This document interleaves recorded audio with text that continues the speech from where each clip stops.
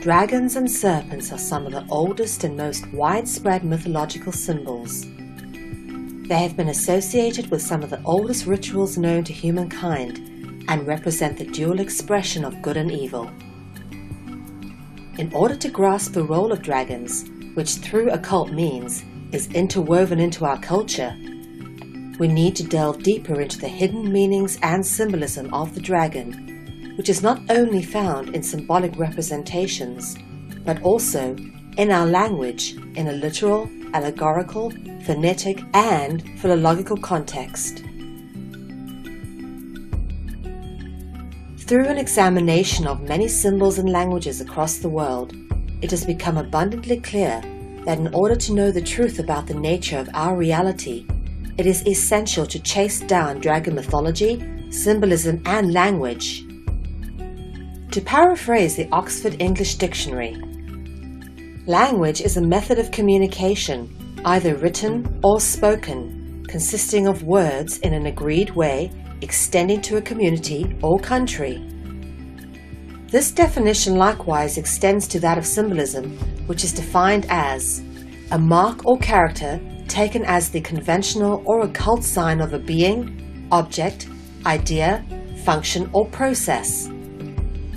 Symbols are not just pictorial motifs, they are also encoded into our language to denote symbolic equivalence, particularly through the mode and application of synonyms as a symbolic indicator. The purpose of a sign, symbol, or synonym is to substitute the object with a symbolic counterpart. Adoption and use of symbols is universal to all cultures and are primarily used as a mechanism of subterfuge in order to hide the truth about the existence of dragons, which is the very root of our culture. In order to grasp the full extent of the multi-layered symbolism, it is important to cross-reference these symbols with some of the etymological roots of our language, not only in the words, but in the very structure of our language through grammar and syntax. This is such a vast expanse of information that it is difficult to go at it in a linear fashion, starting at the beginning and finishing in some all-defining end. So where does one begin? I guess we begin at the beginning, literally.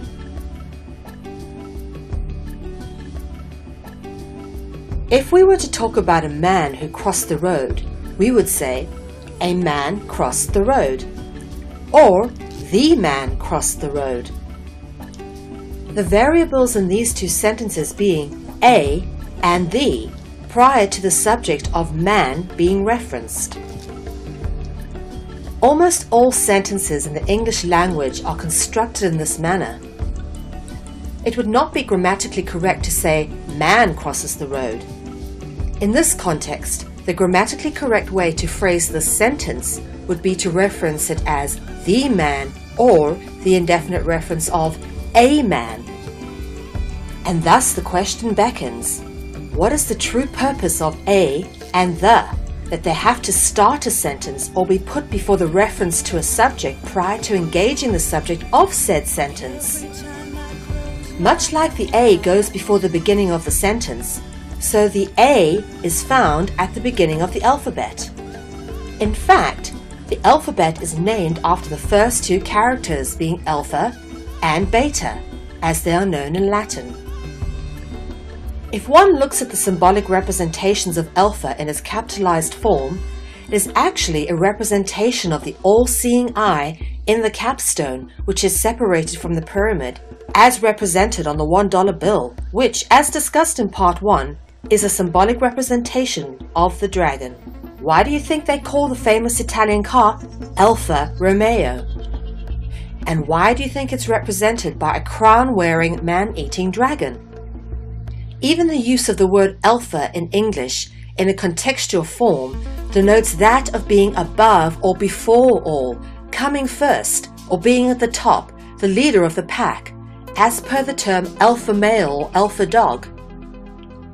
In much the same way, the letter A, much like the alpha, is positioned at the beginning of the alphabet and sits prior to a subject in a grammatically correct sentence construction. This context of alpha is further proven by the Book of Revelation's verse, I am the Alpha and the Omega, clarified with the additional title, The Beginning and the End. This verse is meant to indicate God speaking in the first person, laying claim to being the beginning and the end. Hence, Alpha is the beginning, and it comes before all else. Alpha is thus an allegorical reference to the gods or dragons, and has been revered and praised and put before all else, even literally and symbolically, in the English language, and in fact, in all languages that have been encoded from a Greek or Latin root, resulting in the use of the alphabet as we have come to know it today, and with the use of its 26 symbols represented in it. Other letters which have symbolic representation include the letter S, which is the shape originally sounding and representing serpents. The letter W originates and is representative of water, and the letter O originates and is representative of the Ouroboros. Further proof of the positioning at the beginning of a sentence being of significance comes when you look at the word the, as in the man crossed the road. In grammatically correct English, the is placed before the subject and does not actually have much meaning or function, or so it would seem. That is, of course, unless one were to consider the occult meaning of the. The etymological root of the word the originates with dragons. The is taken from the Greek word theos. In its Greek context, the word theos or theoi refers to angels, demons, dragons, and watchers, also collectively known as the gods. This theme is further expanded in the use of words such as monotheism, meaning the belief in one god, or polytheism, the belief in many gods. The temple of the gods in Rome was known as the Pantheon. The Greek word Theotokos refers to the offspring of the gods. Hemithoi is the Greek expression referring to a being that is half human and half dragon, no doubt the Theotokos progeny. These also cognizant with Thebes, the old capital of Egypt and a city of ancient Greece, both being places of sacred knowledge. The symbol of the Theban priesthood was a cobra.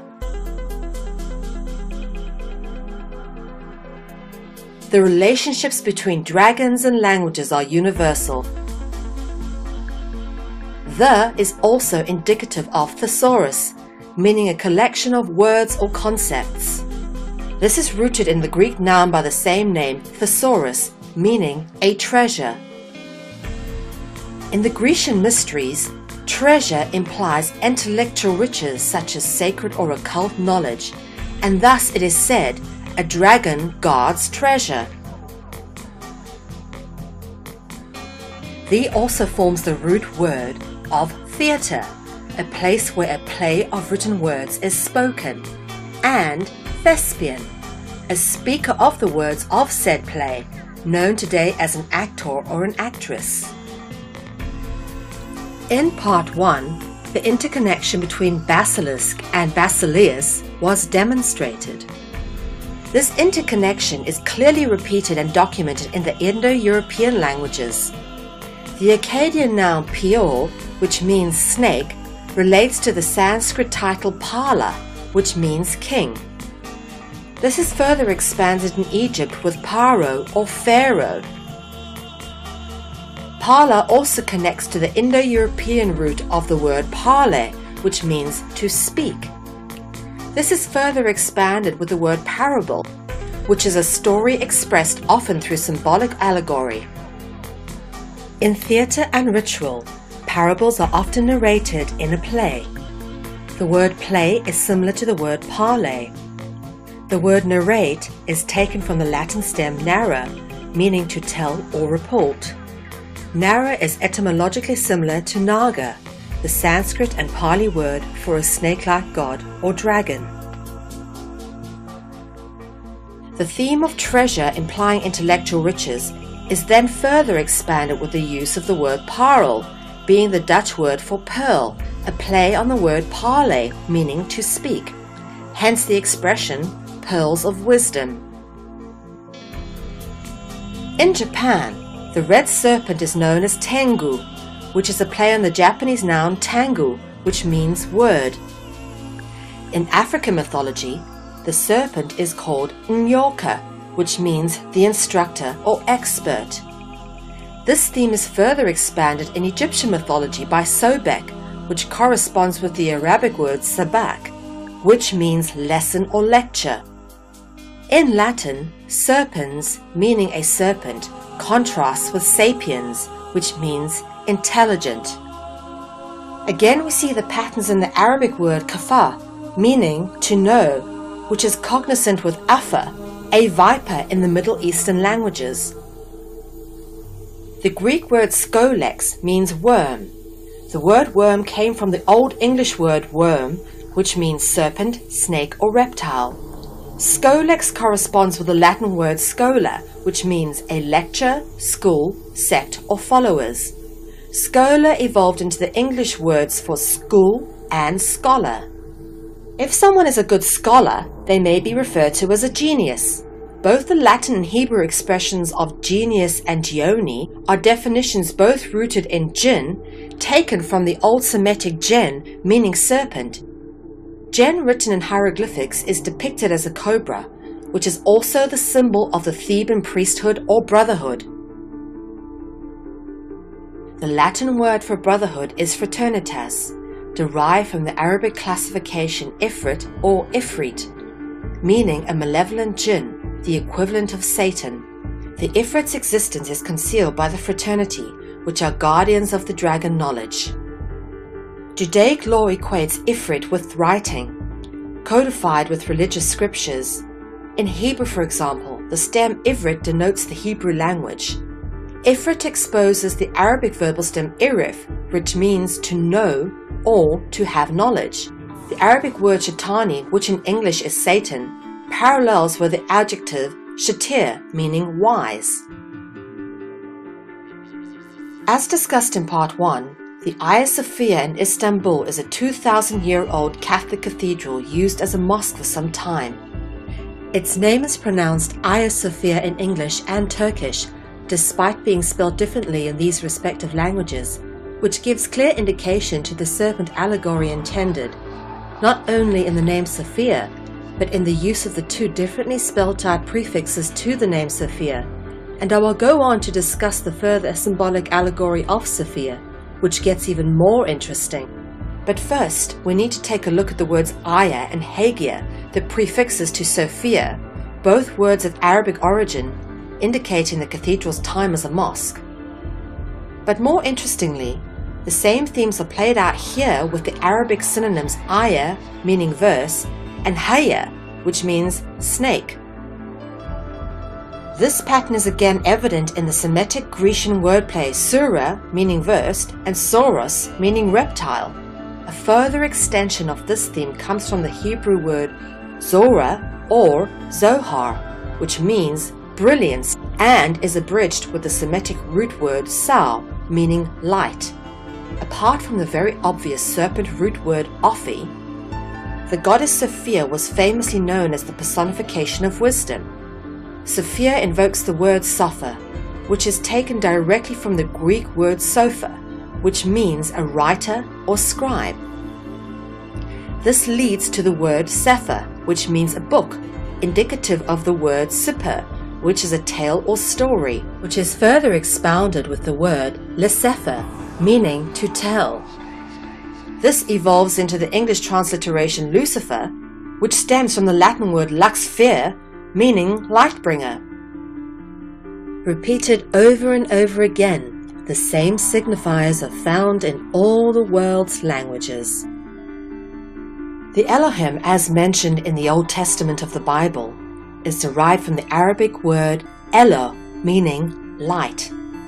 This is abbreviated in Hebrew as El and in Arabic as Il. The Il root is present in words such as illuminate and Illuminati, and is cognizant with Lucifer and Lightbringer. The El root is evident mostly in names of the biblical dragons or angui, taking the form of angels, such as Azazel, Azrael, Gabriel, and Michael. Elo is transformed into the modern Arabic Ella, meaning God or Lord. Ella is the etymological variation of Allah, the God of Islam, which in turn is similar to Pala, the Sanskrit word for serpent royalty. The etymological root El is found in our most common greeting of hello, which is normally the first thing we say to someone, taking the alpha positioning like a and the. And of course, there is an obvious similarity between El and eel, a water snake. A Dutch word for a famous Dutch delicacy of smoked eel is known as parlon, which is phonetically similar to parlour, the word palace being derived from this root. Repeated over and over again, the same signifiers are found in all the world's languages, which indicate the dragon intrinsically interwoven into our language through a multi-layered symbolic exchange of expression left for us to decipher.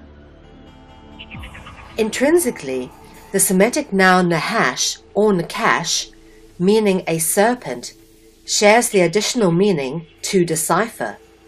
Nahash in its shortened form indicates the verb to deceive.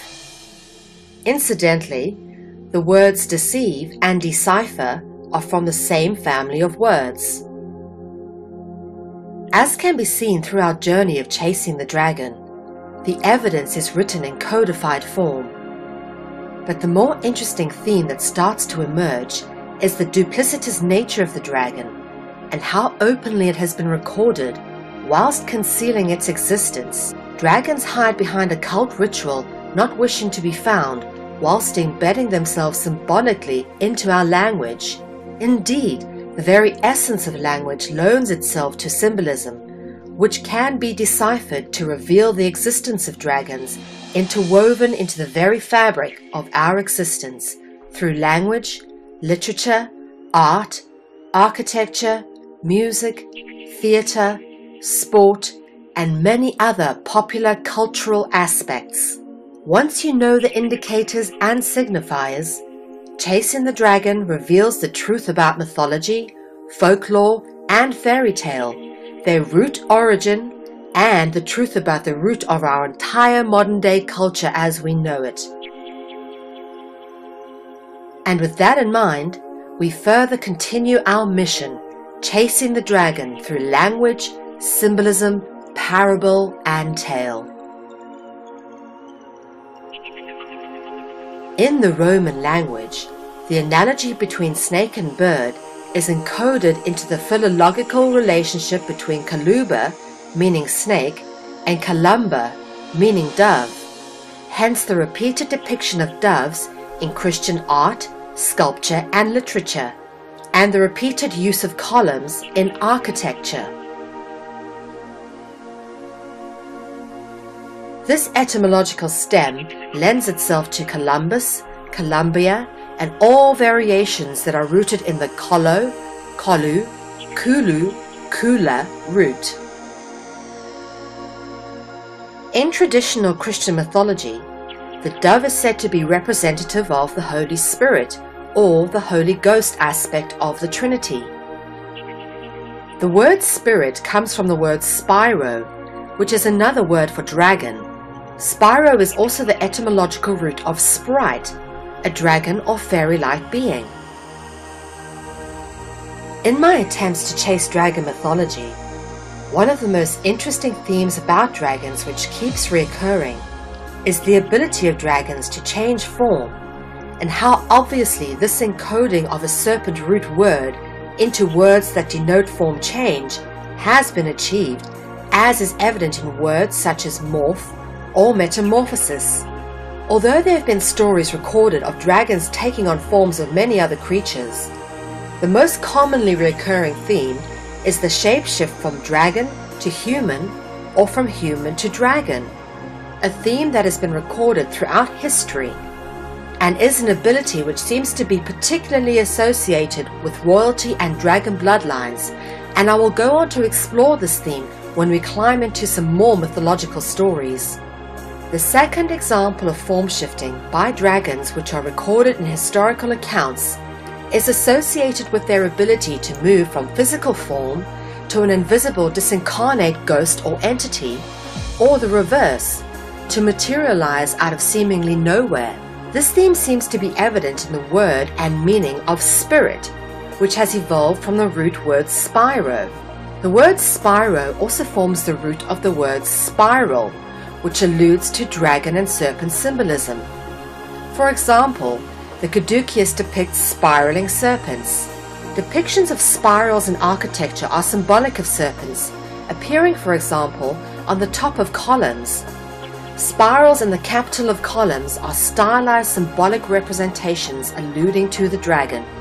Also rooted in the word spiro is the shortened modern-day eclectic term spook, commonly referencing ghosts or spies. The word spy as a verb is interpreted as look or see. In its use as a noun, the word spy is a shortening of espionage, which also finds its root in the word spiro, meaning dragon. The theme of spirit or spook is then further extended by the entity that we've come to know as a phantom, which can be both physical or ghost-like in nature, and has been depicted in both aspects in literature, theatre, and film. The word phantom originates with the root word fein, which means snake. The appearance of these spirits or phantom-like gods or dragons to humans or other beings out of seemingly nowhere is known as a theophany, meaning the appearance of God, taken from the ancient Greek word theophania, indicating the and fein root words. The etymological evidence of these words suggests that dragons do exist, and sometimes they are visible to us, and sometimes they are not.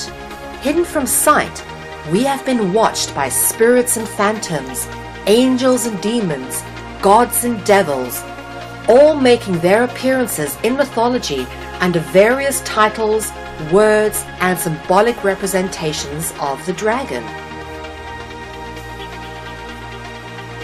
The word occult, meaning that which is hidden from sight, is derived from the Latin word oculus, meaning eye. In biblical accounts, dragons have been referenced as the Watchers. Again, this is further represented by the reoccurring all-seeing eye symbolism found on the back of the $1 bill, on and in churches, and many other interesting places. In line with this theme, eyes are often found on the artwork of heptagon, which are seraphim angels with 6 wings, which are often depicted with numerous single eyes within its wings, demonstrative of the Watchers. And whilst touching on the theme of wings, it is pertinent to point out that they are one of the most prevalent and obvious symbols of dragons, appearing not only joined to the back of numerously depicted beings. Wings also make appearances in many other interesting and unusual places. Often wings are depicted on the head of pantheistic gods, as is the case with the Gorgon Medusa. The Greek god Hermes, which became known as Mercury under the Romans, is also depicted with wings on his head, but more interestingly, he is often depicted with winged sandals or winged feet, and is described as serpentipedous or dragon-footed.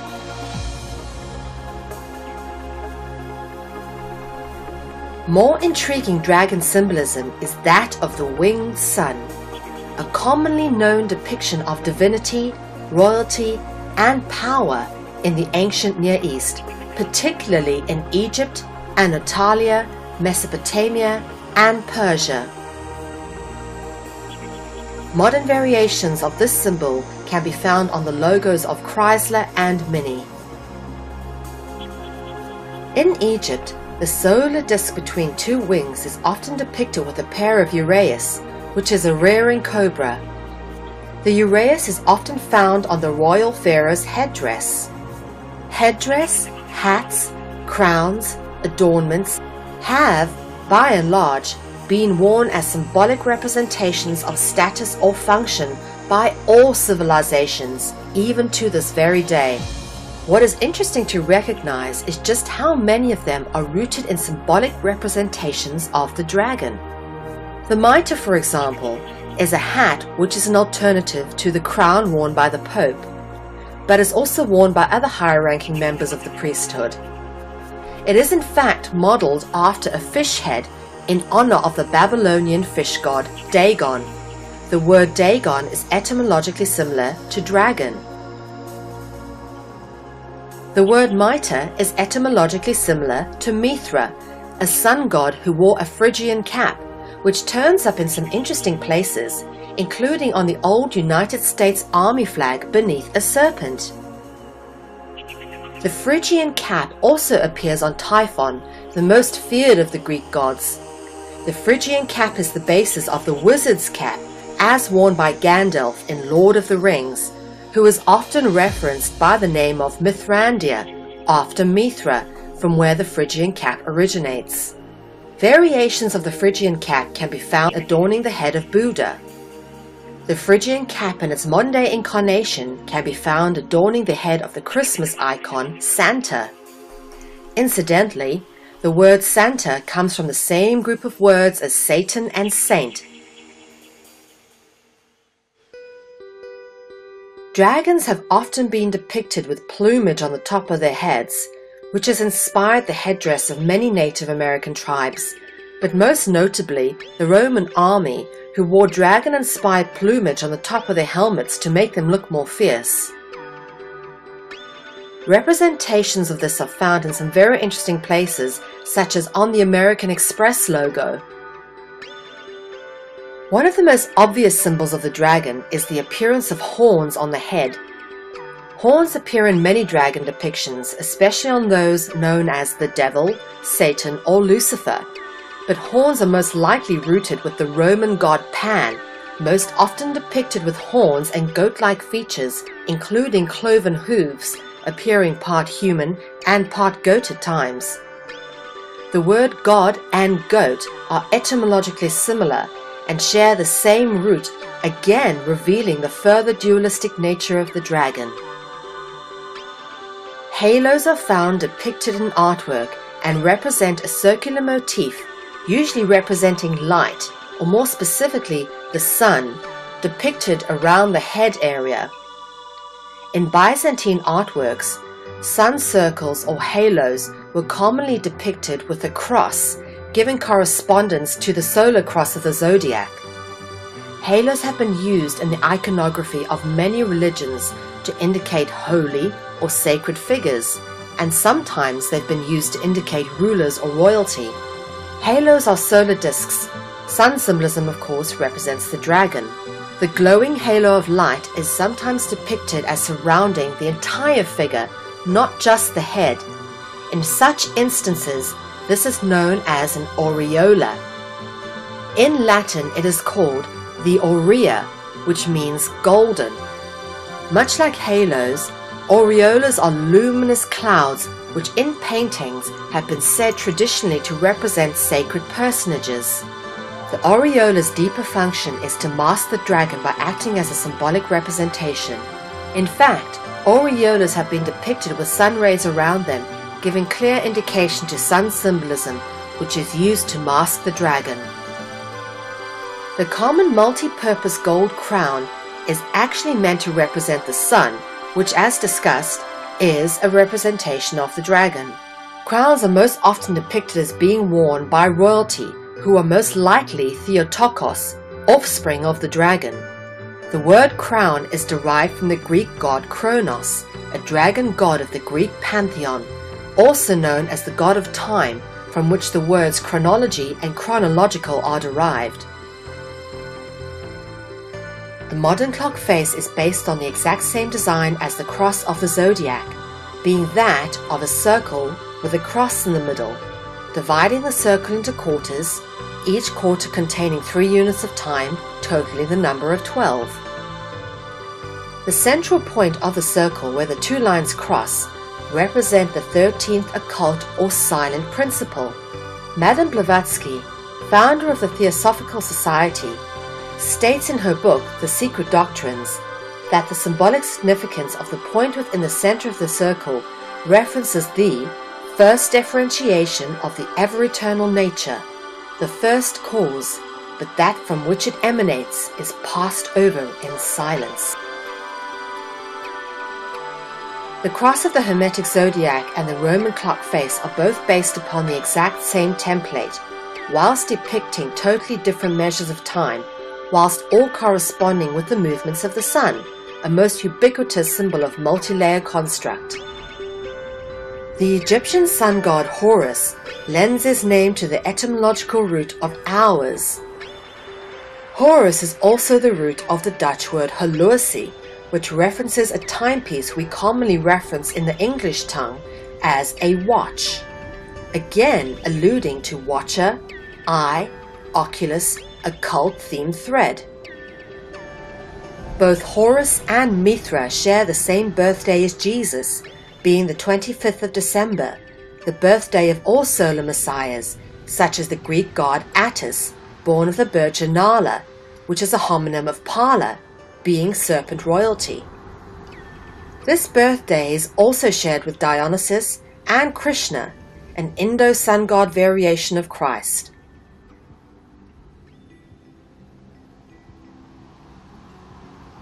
There is much evidence pointing to the fact that Jesus was either A symbolic and allegorical representation of the dragon, or B, Jesus was a dragon, or at least of serpentine genealogy, Theotokos or Hemithoi. Let's deal with A first.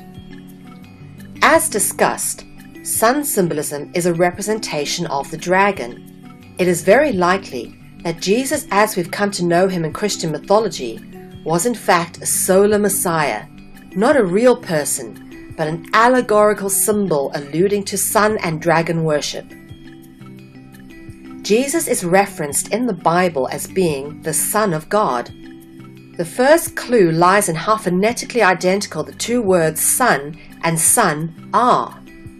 Despite appearing outwardly to have two totally different meanings, they are both in fact literal and allegorical symbolical references to the exact same principle, and thus it is not by chance that sun and sun sound identical when spoken. This is in fact the very intention. Another clue lies in the naming of the Christian sacred day of worship as Sunday.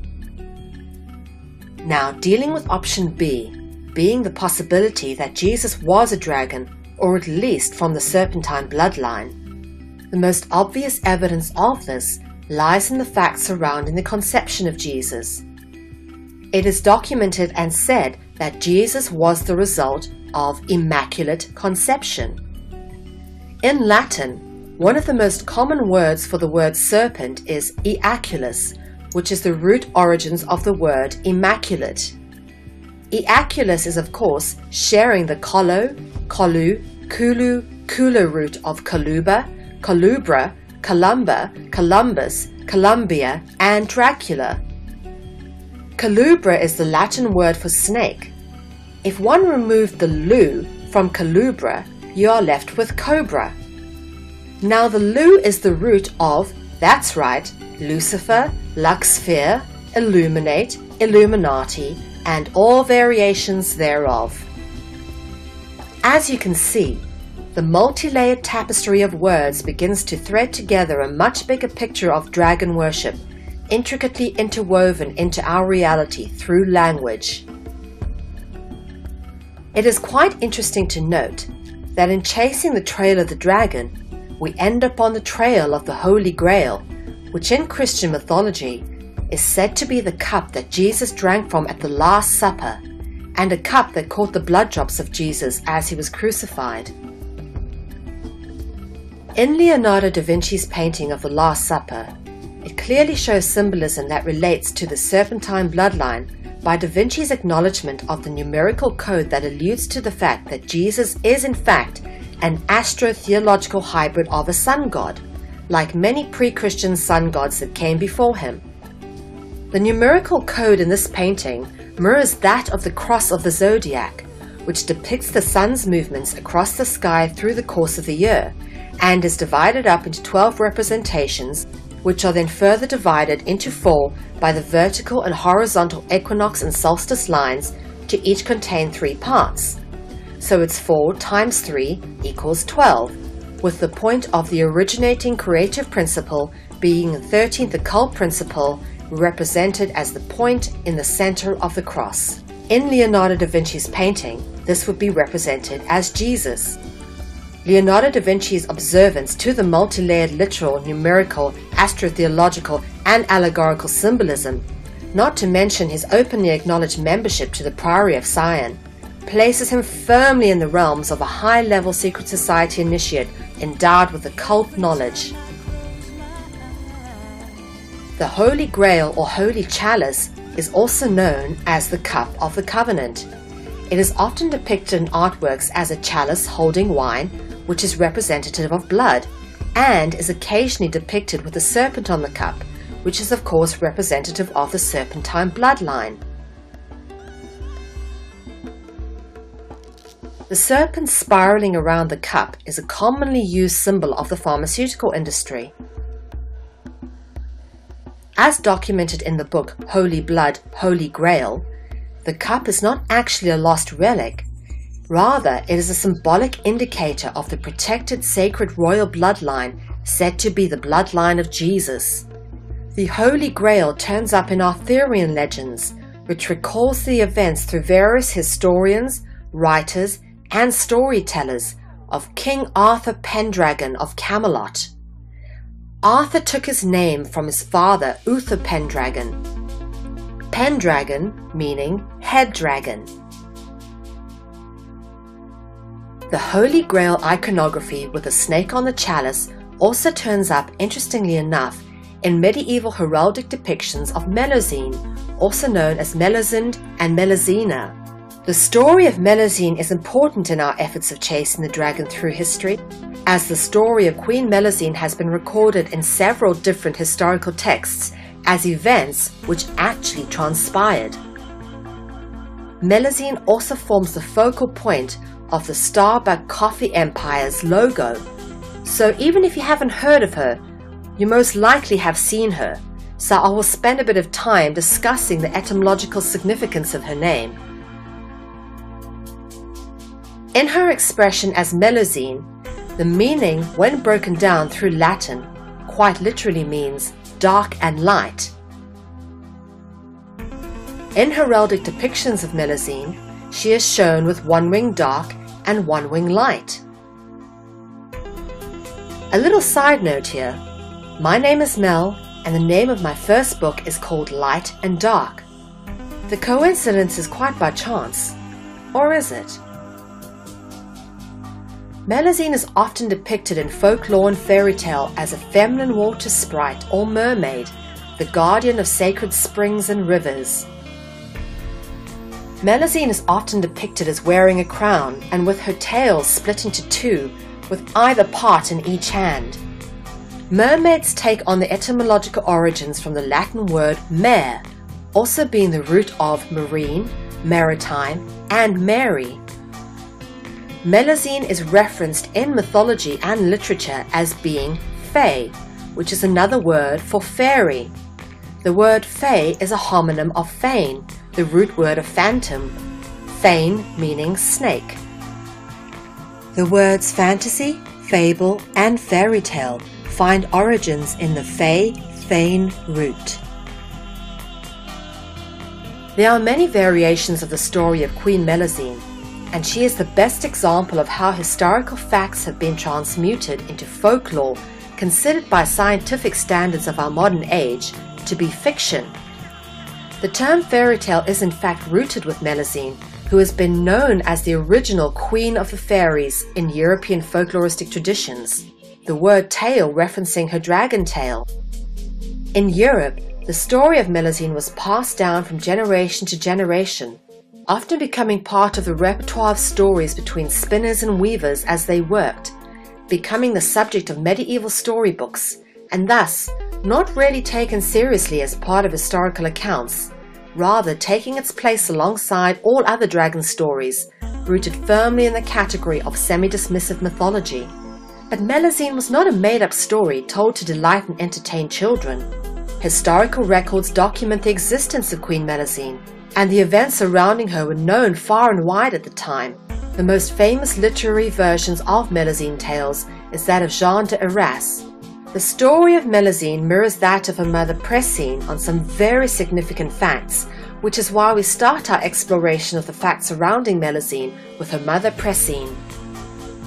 At the time of the Crusades, Elenus was the king of Albany, also known as Elba, an old name for Scotland.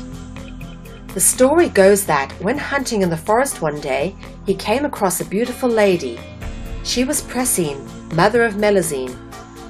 It is not known for sure if Pressine put an enchantment on the king, or if the king genuinely asked Pressine to marry him out of falling in love, but Pressine agreed to become his wife, and she took her place as the Queen of Albany alongside the king. The marriage, however, came with some conditions that could not be violated, for to do so would result in devastation. It is said in fairy tale that there is often a hard and fatal condition to any pairing of fae and mortal.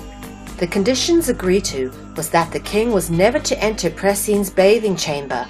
The king was further forbidden from being in the chamber when her triplet daughters were born, and he was also forbidden from being in the chamber when the daughters bathed. What makes you think the queen was trying to hide something? The queen so loved her beloved King Elenus that when he violated the oath, seeing the queen and her daughters in their real dragon form, instead of killing the king, Pressine left Albany, taking her 3 daughters with her. Pressine took refuge in Avalon, home of the dragons and fae. Palatine, Melior, and Melusine grew up in Avalon, and I will go on to discuss the significance of Avalon. The folkloristic story goes that Guy de Lusignan, the Count of Poitou, found Melusine in the forest of Colombier in France. Just as her mother had done, Melusine swore the Count to honor their agreement of not intruding on a weekly bathing ritual which took place on a Saturday. Once the servants had prepared Melusine's bath, she was always left in complete privacy. Melusine used her magical gifts to build the magnificent Lusignan castle and to assist her husband in gaining power and riches. Melusine was said to be unspeakably cruel and was often referenced by the common folk as the devil's daughter. Whispers and rumors about Melusine began to spread, and it is historically documented that the servants reported that Queen Melusine had legs that were scaly like a lizard. The Count was increasingly confronted with rumors until one day his curiosity could no longer be contained. He concealed himself in Melusine's bathing chamber and observed her as she bathed, and saw that she was half woman and half serpent from the waist down. Melusine discovered that the Count had betrayed their agreement, but she forgave him. When during a disagreement he called her a serpent in front of his entire court, she assumed the fully transformed figure of a dragon and flew away.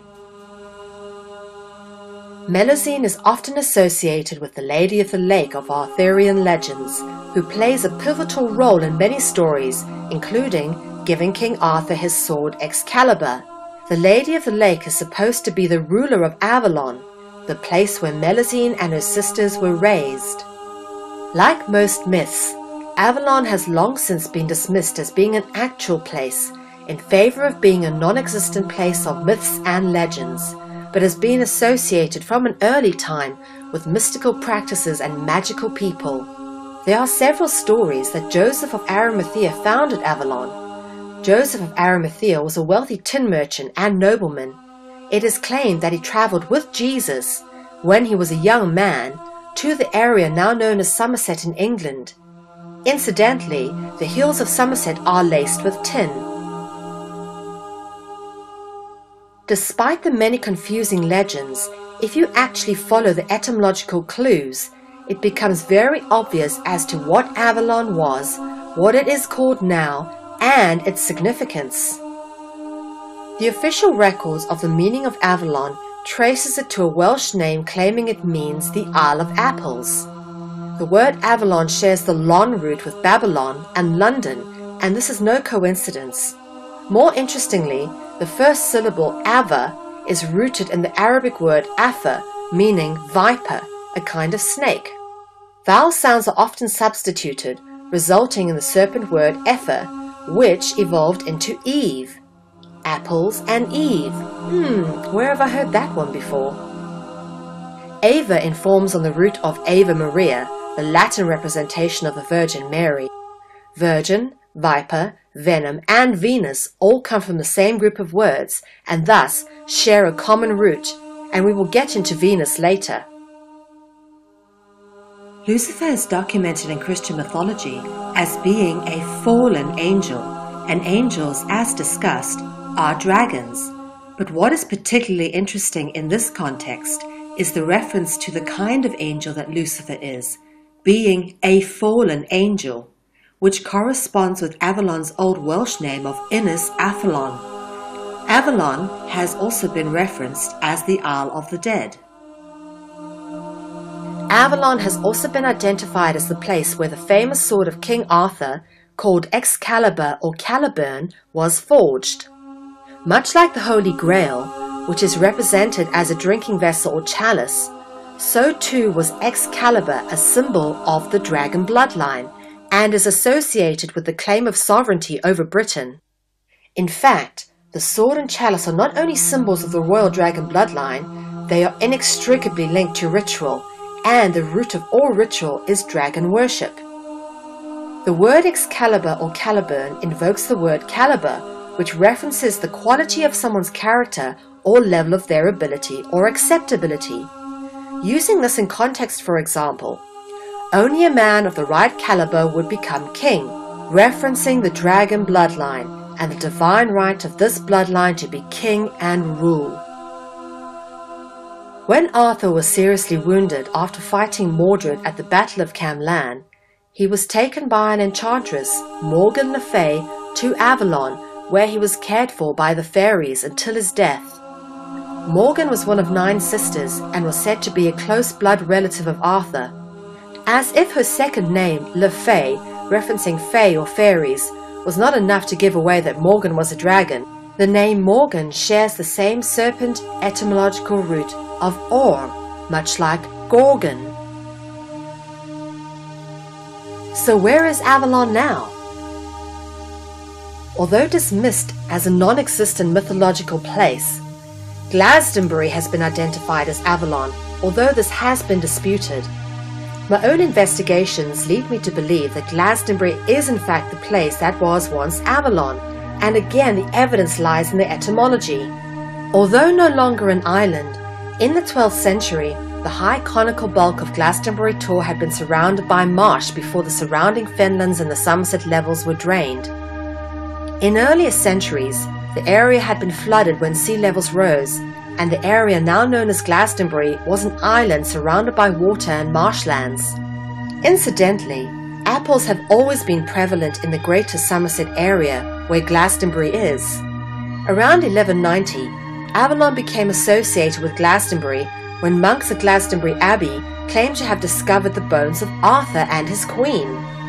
The discovery of the burial is described by chroniclers as being just after the reign of King Henry II, when the new abbot of Glastonbury, Henry de Sully, commissioned a search of the abbey grounds.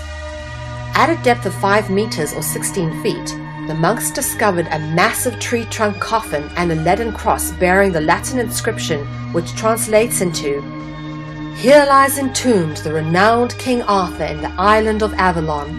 Inside the coffin were 2 bodies thought to be that of Arthur and his queen. According to Gerald of Wales, who was an eyewitness to the events, the body of King Arthur was described as being gigantic. Further clues about Glastonbury being Avalon lies in the roots of the name Glastonbury.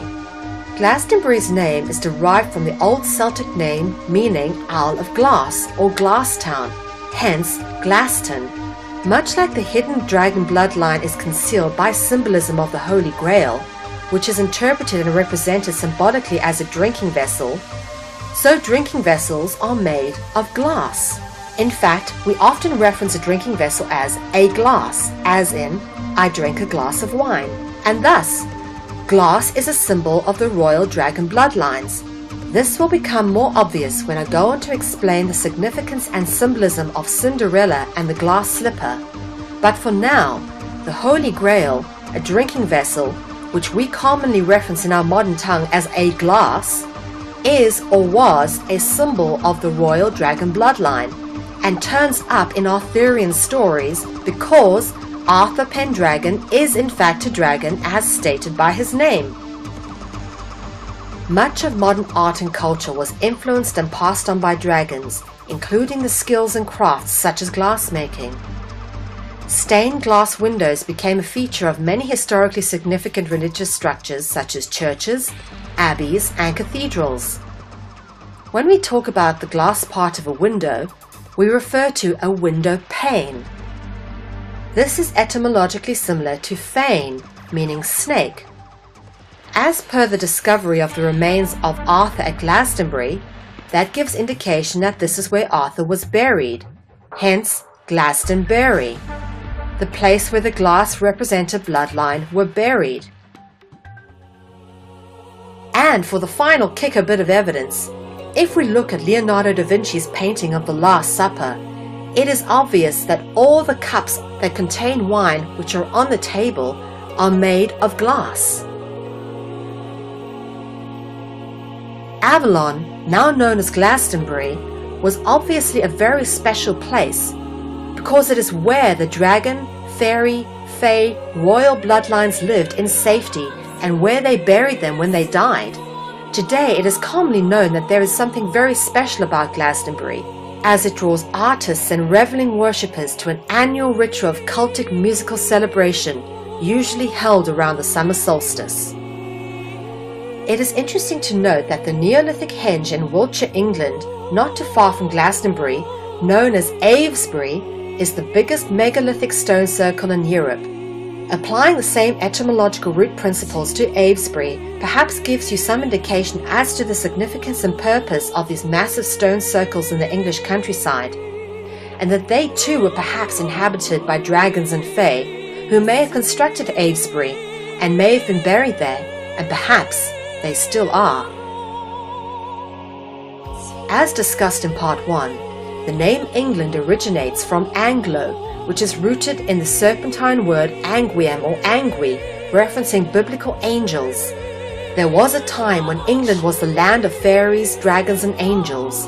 It is not just Avalon that was seen as a mystical isle, so too was the isle that Avalon was on, being that which we call today the British Isles.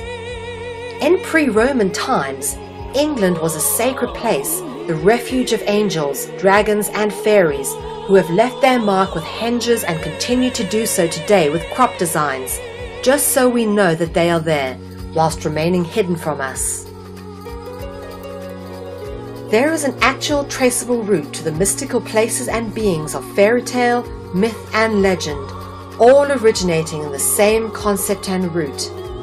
The influence of the original fairy tale has been widely interpreted in art, theatre, television, and cinema. But before we pull all the themes together to reveal the common root, let's take a look at the story of Cupid and Psyche.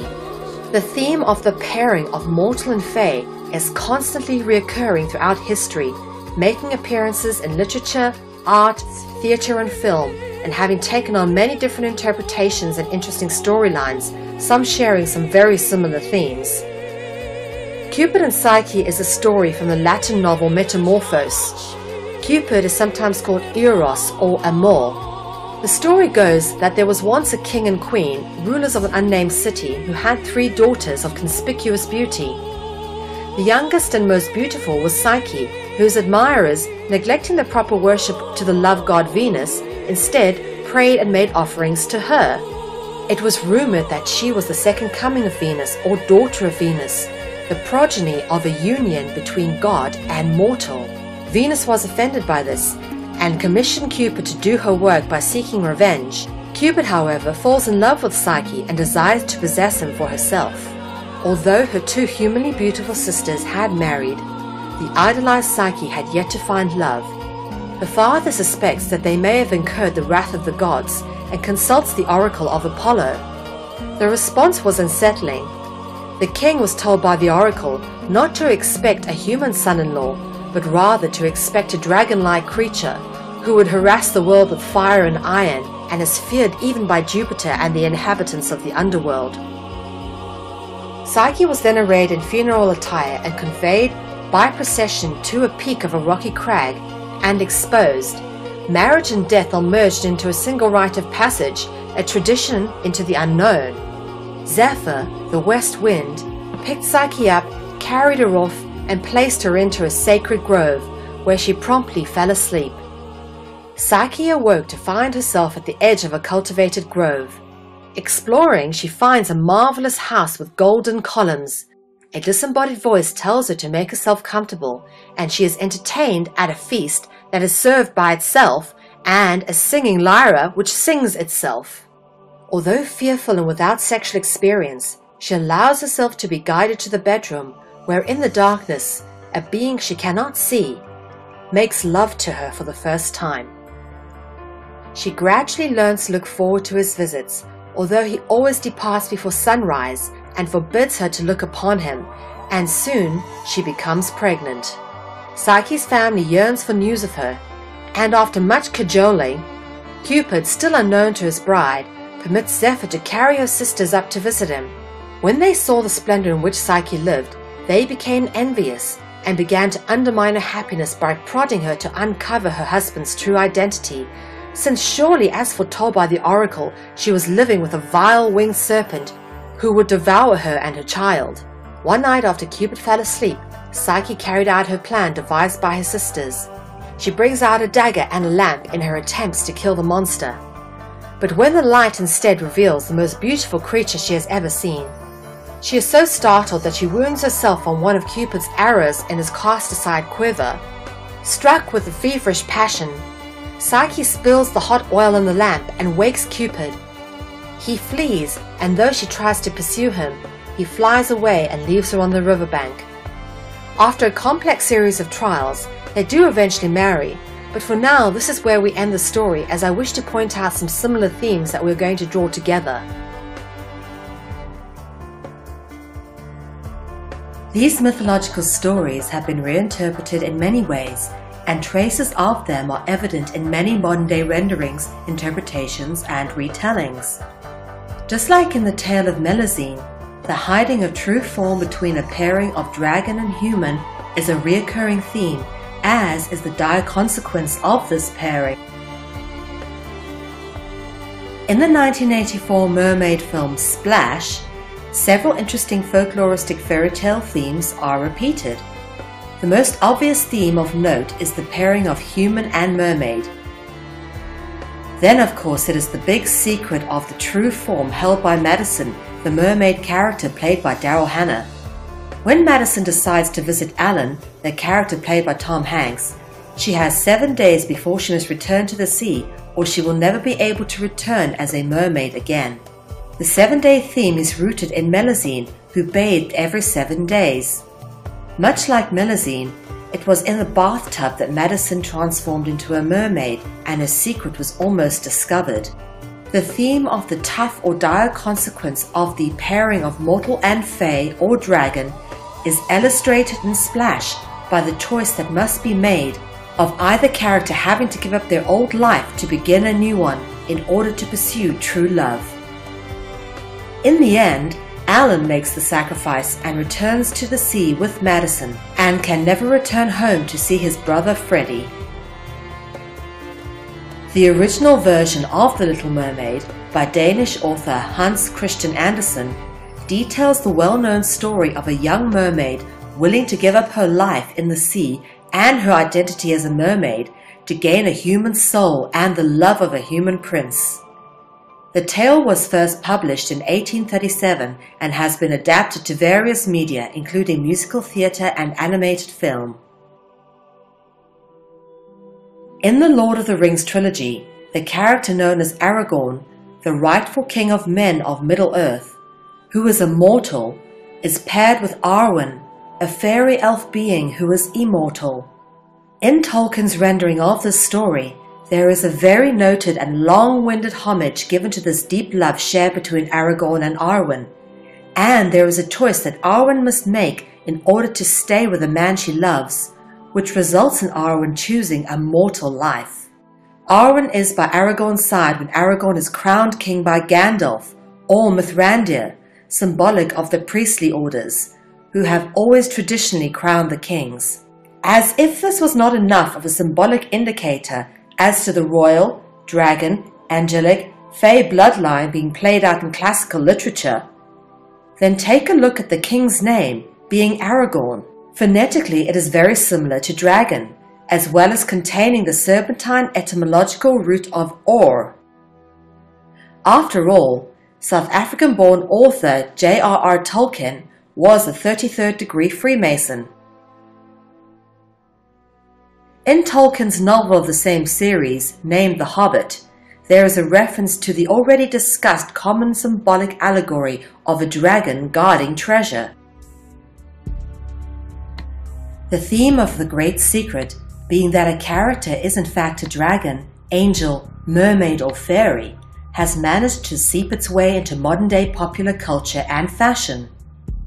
Anybody ever wonder what was Victoria's Secret besides her super sexy undergarments? And why does the annual Victoria's Secret fashion show put wings on the back of scantily clad underwear models? If you have not yet put two and two together, look at the etymology of the name Victoria, which bears the Or Serpentine root. The influence in these themes can be found in many fairy tales, such as Beauty and the Beast, The Princess and the Frog, Shrek, Beowulf, and Ladyhawke. The influence of the story of Cupid and Psyche is also evident in the circumstances of the story of Cinderella, which also involves two antagonistic sisters, much like Psyche had. As discussed earlier, the symbolic significance of glass being an indicator of the dragon bloodline occurs in the tale of Cinderella in the form of the glass slipper. The name Cinderella bears the etymological root similarity of Elo and Ala, which means light.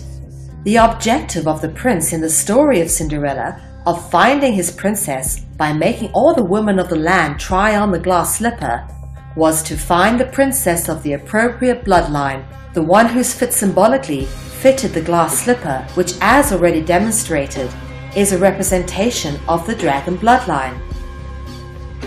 The expression, "if the shoe fits, wear it," originates with this concept of being of the right caliber to marry the prince, and that meant being of the corresponding bloodline.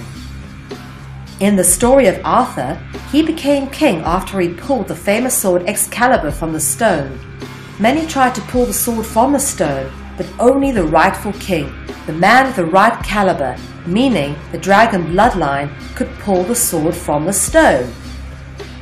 In much the same way, the glass slipper would indicate the royal dragon bloodline symbolically. Only the foot of the necessary caliber, being the one to fit the glass slipper, would be allowed to marry the prince. Royalty has always been obsessed with maintaining the dragon bloodline, hence the multi-generational ancestral interbreeding that has gone on between elite royal dragon bloodlines, resulting in the dragon-ruling elite of today. Venus is the Roman goddess of beauty, love, sex, and fertility, and is often worshipped under her aspect as Aphrodite. The Roman Emperor Julius Caesar claims Venus as his ancestor, which could very well be true because, as evidence has shown, royalty and rulers are descended from the dragon. Venus is depicted as being born from an oyster shell, much like a pearl. Dragons and pearls are inextricably linked for a complex series of etymological symbolic indicators. Dragon pearls are also demonstrated as glass or crystal spheres or bowls. A glass sphere turns up in the Lost Da Vinci in the hands of Jesus. Dragons, royalty, and high-ranking members of the priesthood are often depicted in art and sculptures with or grasping spherical balls. This theme is further demonstrated by the name of the bridge which leads to Avalon, which was originally known as Ponta Pearl, but is today known as Ponta's Ball. The theme of bulls is further explored in Part 3 as we take on the cult of bull worship, or more accurately, Baal worship. The ambivalence of Venus's function is suggested in the etymological relationship of the root venes with the Latin venum, which means poison. This leads us onto the word venom, which further leads us onto serpent roots, as poisonous venom is synonymous with snakes. The innate sexuality of Aphrodite or Venus is evident in the phonetic similarity between Venus and penis, but also the symbolic allegory of the pairing of venom and semen, penis and serpent, which becomes obvious in the Latin word jaculus, meaning snake, which forms the root word ejaculate. Indeed, symbolically, an ejaculating penis is representational of a spitting cobra, and the greater symbolic allegory of this becomes obvious when I get into cults and ritual in Part 3. But to sum up Part 2, the Latin word jaculus, meaning serpent, is the root of ejaculate. The Latin word eaculus, meaning serpent, is the root of immaculate. They are all linked by the kolo, kolu, kula, kulu root group of words. The kolo, kolu, kula, kulu group of words links to Dracula and Pala, which in turn links to Ala. Ala links to Ella, which links to Elo, which means light. El is the root of electricity, which is synonymous with light. Light is synonymous with the sun, lumination, illumination, Illuminati, and Lucifer or Lux Sphere, the light bringer. Indeed, the beginnings of our very language and culture being rooted with dragons is evident in words such as origins, orientation, and oriental. The beginning of the Bible starts with the story about creation, allegedly man's origins. This story has the famous talking serpent and the character known as Eve, a name rooted in serpentine etymology as discussed. The associated symbolism with Eve is that of the apple, but more interestingly to note is the etymological root of the word pear. Indeed, apples and pears are synonymous, and thus the allegory of pears is rooted in the etymological similarity to Peor. The Akkadian noun Peor, which means snake, relates to the Sanskrit title Pala, which means king. Pala links to the root word para, evident in the words Pharaoh and paradise. The concept of paradise, or Eden, is of course then rooted in the biblical creational story of man's origins. The serpentine etymological roots also extend to words such as organ, orphan, orthodox, orgasm, and orgy, the significance of these themes being detailed in Part 3. Having chased the trail of the dragon through mythology, art, sculpture, architecture, language, and literature, it becomes increasingly obvious that dragons are at the root of our cult culture and were celebrated, revered, and worshipped, and they still are, under many different disguises, symbols, encryptions, and occult practices, most of which are engaged in without our conscious knowledge of the homage paid to the dragon.